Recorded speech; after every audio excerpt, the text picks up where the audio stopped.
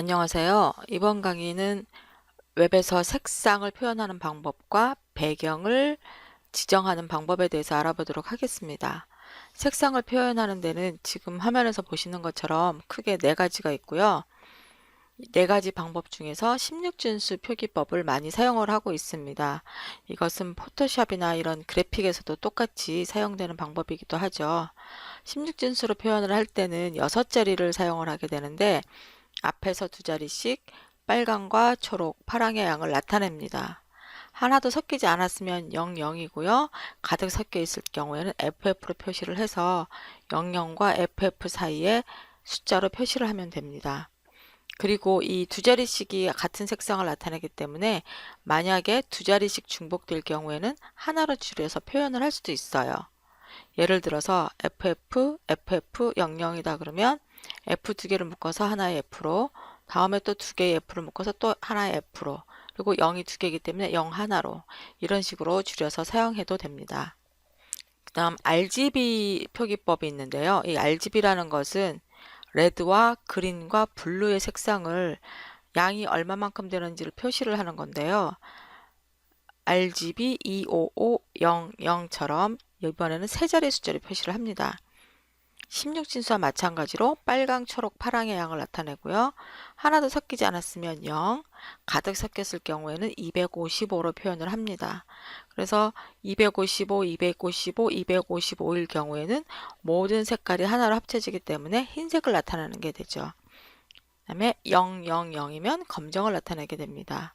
그리고 RGB를 이용해 표기를 할 때 장점이 하나가 있는데 RGBA라고 표시를 한 후에 끝에 숫자를 0에서부터 1까지의 숫자를 지정을 해서 불투명도를 나타낼 수가 있어요. 이 숫자가 1이 되면 완전히 불투명해지는 거고요. 0이 됐을 경우는 완전히 투명한 상태입니다. 그래서 여기 보시는 예처럼 255, 00, 그리고 콤마 0.3이라고 했는데 0.3이라고 해도 되고 0.3이라고 해도 돼요. 그러니까 반투명보다 조금 더 투명한 상태가 되겠죠. 이건 나중에 예를 보시면 쉽게 이해하실 수가 있을 거고요. HSL과 HSLA 표기법도 RGB와 비슷합니다. 여기서는 RGB 색상으로 표시를 하는 게 아니라 처음 숫자는 색상, 두 번째 숫자는 채도, 세 번째 숫자는 밝기를 나타냅니다. 그리고 끝에 A라는 글자를 붙여서 앞에 RGBA처럼 불투명도를 추가할 수가 있습니다.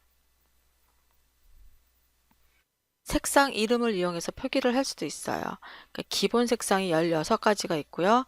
이 16가지는 책에 조그맣게 표시를 해놨습니다. 이 16가지를 비롯해서 모두 216가지의 색상 이름이 있어요. 그래서 뭐 빨강 같은 경우에는 샵 FF0000이라고 할 수도 있고 RGB 255,0,0이라고 할 수도 있고 그냥 레드라고 해도 됩니다. 여러분이 편하신 방법으로 사용을 하시면 됩니다. 자, 이제 배경으로 한번 들어가 보도록 하겠습니다. 자, 백그라운드 컬러 속성인데요. 이 속성은 문서의 배경색이나 지정한 요소의 배경색을 나타냅니다. 처음에 스타일을 설명을 할 때 배경색은 상속되지 않는다고 했어요. 그러니까 바디 태그 스타일을 이용해서 배경색을 지정을 했으면 그 배경색은 그 하위 요소들에게는 그러니까 상속이 되질 않아요. 한번 예를 보도록 하겠습니다. 자, 지금 보고 계신 예제는 제목 H1을 사용한 제목과 P를 사용한 텍스트 단락이 있는 화면이에요. 아직 아무런 배경색을 지정하지 않았기 때문에 하얀 배경색이 표시가 되는데 여기에 문서 전체 배경색을 한번 지정을 해 볼게요. 문서 전체 배경색을 지정하려면 바디 태그 스타일을 이용을 해야 되고요. 백그라운드 컬러를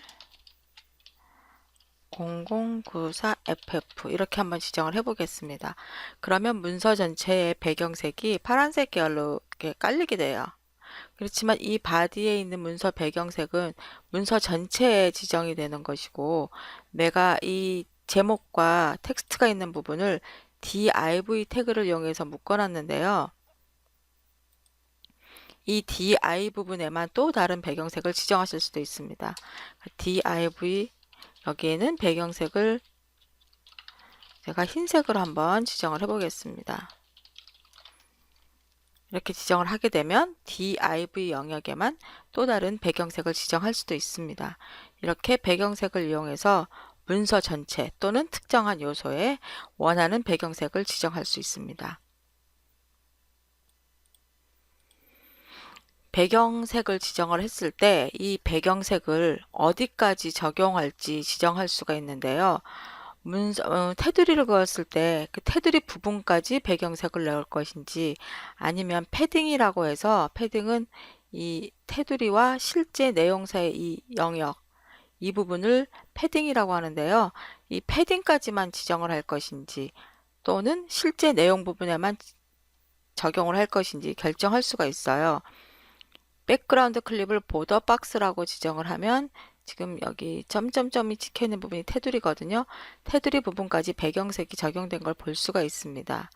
만약에 백그라운드 클립을 패딩 박스, 패딩까지만 하겠다, 그 바깥에 있는 테두리에는 적용을 하지 않겠다 하면 그림에 보시는 것처럼 테두리 부분에서는 배경색이 빠져 있어요.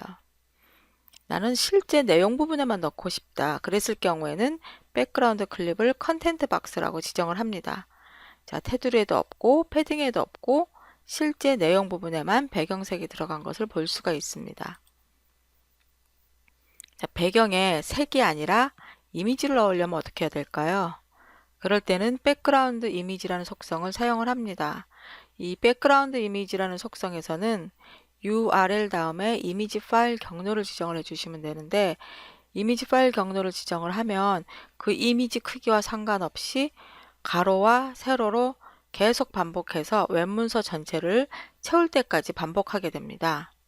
만약에 이것을 반복하고 싶지 않다면 백그라운드 리핏이라는 속성을 이용을 해서 그러니까 기본값은 리핏이에요. 가로와 세로로 계속 반복을 하는 거고요. 리핏 X라 그러면 가로로만 반복을 하고, 리핏 Y라 그러면 세로로 반복을 합니다. No repeat이라 그러면 배경 이미지를 한 번만 표시하고 반복하지 않습니다. 한번 예를 보도록 할게요. 지금 이 화면에는 아무것도 지금 들어있질 않아요. 그래서 백그라운드 이미지를 지정을 하려고 하는데, 웹문서 전체에 적용을 할 때는 백그라운드 이미지 URL 해서 경로를 넣어주시면 되고요. 아주 작은 이미지였는데 그 이미지가 현재 문서 전체 반복되게끔 가로와 세로로 반복되고 있어요. 이것을 반복 방법을 한번 바꿔보겠습니다. 백그라운드 리핏이라고 해서 리핏 한번 가로로만 한번 해볼게요. 이렇게 하면은 이미지가 가로로만 반복되고 있습니다. 이 값을 Y라고 바꾸면 세로로만 반복할 수 있어요. 그러니까 이 작은 배경 이미지 하나를 가로로 반복하거나 세로로 반복할 수가 있습니다. 나는 반복하고 싶지 않다, 그랬을 경우에는 No repeat이라고 지정을 해주시면 배경 이미지가 한 번만 표시가 됩니다. 백그라운드 사이즈 속성은 참 유용하게 사용할 수가 있어요. 특히 풀스크린 웹사이트를 작성하려고 할 때 화면에 가득 차게 이미지를 표현하고 싶을 때 이 백그라운드 사이즈 속성을 사용을 합니다. 백그라운드 사이즈는 웹 문서든지 특정 요소에 배경 이미지를 깔 때 그 이미지 크기를 조절을 할 수가 있습니다. 기본값은 오토예요. 그러니까 따로 지정하지 않으면 원래 배경 이미지 크기만큼만 표시가 되고요. 컨테인이라 그러면 그 요소 안에 배경 이미지가 다 들어오도록 배경 이미지를 확대하거나 축소합니다. 커버는 배경 이미지를 그 요소를 다 덮을 수 있게끔, 커버할 수 있게끔 배경 이미지를 늘리거나 줄여줍니다. 또는 크기값 200픽셀, 150픽셀 이러면 배경 이미지를 200픽셀과 150픽셀에 맞게끔 확대하거나 축소하고요. 퍼센테이지로 지정을 하면 이 요소의 60%와 40%에 해당하게끔 백그라운드 이미지를 늘리거나 축소해 줍니다. 이건 어떻게 해야 되는지 한번 이것도 예제로 살펴보도록 할게요. 지금 보고 계신 화면에는 이제 div 요소 하나만 있고요. 이 div에다가 제가 bg4.jpg라는 배경 이미지를 넣어놨어요. 이렇게 보시는 것처럼. 그리고 no repeat이라고 했습니다. 반복하지 않아요. 자, 지금 보면은 그냥 그대로 이렇게 색상만 있는데 이게 무슨 이미지냐면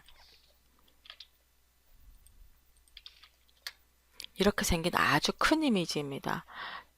내가 만들려고 하는 div 요소는 400픽셀, 가로가 400, 세로가 200픽셀밖에 안 되는 작은 사이즈라서 이 배경 이미지를 넣었을 때 실제 이미지 크기가 그대로 적용되기 때문에 상단에 400 곱하기 200만큼만 지금 표시가 되고 있습니다.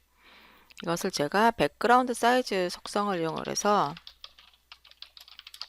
한번 컨테인이라고 넣어볼게요. 자, 컨테인이라고 하면 컨테인은 웹 요소 안에 배경 이미지 전체가 다 드러나도록 확대하거나 축소하는 거예요. 지금 배경 이미지가 이만큼 큰 거였지만 이것을 그대로 고스란히 축소해서 div 요소 안에 딱 들어가게끔 줄여진 것을 볼 수 있습니다. 그럼 커버는 커버로 바꾸면 어떻게 될까요? 커버는 이 웹 요소 div에 가득 차게 확대하거나 축소합니다. 자, 이 그림을 이 상태로 이렇게 일정하게 축소해 가지고 div에 꽉 차게 표시해 주는 거예요. 만약에 여기를 60%, 40%라고 한번 지정을 해 보겠습니다. 이렇게 하면 div 요소에 가로로는 60%가 되게, 그리고 세로로는 40%가 되게 배경 이미지를 채워주게 됩니다. 이런 형식을 이용을 해서, 이런 방법을 이용을 해서 백그라운드 사이즈를 조절할 수가 있습니다. 이번에 살펴볼 속성은 백그라운드 포지션 속성입니다. 이 속성은 배경 이미지를 반복하지 않았을 때, 즉 한 번만 표시를 했을 때 배경 이미지가 나타날 위치를 지정을 해줍니다. 수평 위치와 수직 위치를 같이 써줘야 되는데요. 수평 위치는 키워드 값 left, center, right 중에서 고를 수 있고, 수직 위치는 top, center, bottom 중에서 고를 수 있습니다. 또는 백분율로 현재 배경 이미지가 적용된 요소에 50, 가로로 뭐 50% 되는 위치, 세로로는 20% 되는 위치, 이렇게 백분율로 나타낼 수도 있고 아예 픽셀 값으로 지정을 할 수도 있습니다. 백그라운드 속성 중에는 백그라운드 어태치먼트라는 속성도 있어요. 이 어태치먼트는 뭐냐면 배경 이미지를 딱 붙여버리는 거예요. 그러니까 화면 전체에서 내용이 길어질 경우에 스크롤 막대를 이용해서 스크롤을 하게 되는데, 이 스크롤을 할 때 배경 이미지는 딸려 올라가지 않고 그 배경 이미지 위에 있는 콘텐츠만 스크롤 되도록 할 수 있습니다. 백그라운드 어태치먼트의 기본 값은 스크롤인데요. 만약에 이 값을 fixed, 고정시켜 놓으면 배경 이미지는 스크롤 되지 않고 고정이 되게 됩니다. 지금까지 살펴본 배경과 관련된 속성들이 백그라운드 컬러, 백그라운드 이미지, 백그라운드 어태치먼트, 백그라운드 리핏, 백그라운드 포지션, 아주 많은 그 속성들이 있었는데요. 이 속성들을 백그라운드라는 속성 하나로 다 묶어서 사용하실 수가 있어요. 그리고 이 속성마다 사용하는 값들이 다르기 때문에 순서에는 크게 구애를 받지 않습니다. 그러니까 이미지 쓰고 리핏 대신에 픽스트가 먼저 와서 노 리핏을 뒤로 가도 되고요. 상관없이 그냥 백그라운드와 관련된 속성을 한꺼번에 다 지정을 해주면 됩니다. 그래서 대부분 배경을 지정을 할 때는 이 백그라운드 속성 하나로 다 사용을 하고요. 여기서 속성이 빠진 것들이 있으면 그 값은 브라우저의 기본 값을 사용하게 됩니다. 감사합니다.